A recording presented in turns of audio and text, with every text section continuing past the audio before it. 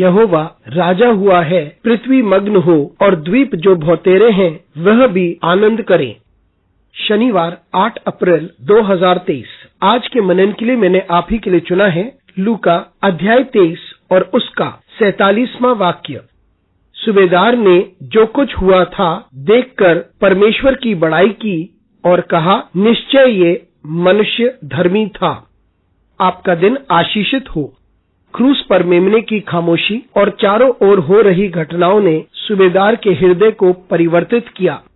आइए इस वाक्य पर मनन करते हैं। आज की सुबह का विषय है मेमने की खामोशी।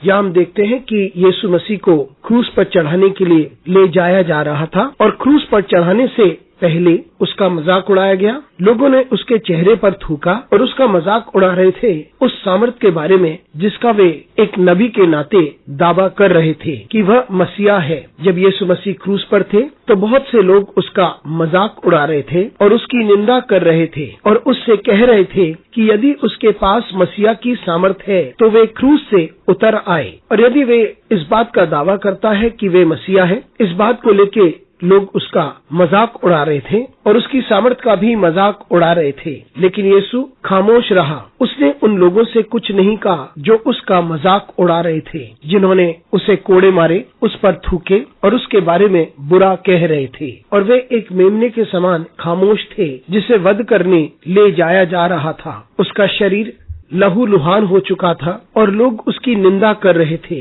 और लोग उसे अपमानित कर रहे थे। वे उस वक्त कमजोर और निर्बल लग रहे थे। लेकिन जब परमेश्वर ने अपने पुत्र को क्रूस के हवाले कर दिया और यीशु मसीह ने पुकारा, परमेश्वर ने कार्य किया। घने बादल छा गए, भूमि कांपने लगी, भूकंप हुआ। लेकिन जब यीशु अपने प्राण त्याग दिए तब सैनिकों को उसकी मृत्यु को प्रमाणित करना पड़ा। उन्होंने भाला उसकी पसली में डाला और लहू और जल बहने लगा। इन सारी चीजों को देखते हुए सूबेदार ने कहा, यह सच है कि यह व्यक्ति निर्दोष है। उसने परमेश्वर की दुहाई दी क्योंकि उसने समझ लिया कि यीशु ही मसीहा है। मित्रों, सबसे शक्तिशाली जो इस पृथ्वी का रचयिता है, जिसके पास दुनिया की किसी भी सामर्थ को हराने की ताकत थी, वे क्रूस पे लटका था, कमजोर और खामोश, सिर्फ आपके लिए और मेरे लिए। उसके मृत्यु से हमें आशा मिलती है और उसकी मृत्यु से हम पाप से साफ हो जाते हैं। हमें क्षमा प्राप्त होती है और हम बलशाली होते हैं क्योंकि उसने मृत्यु को अपनाया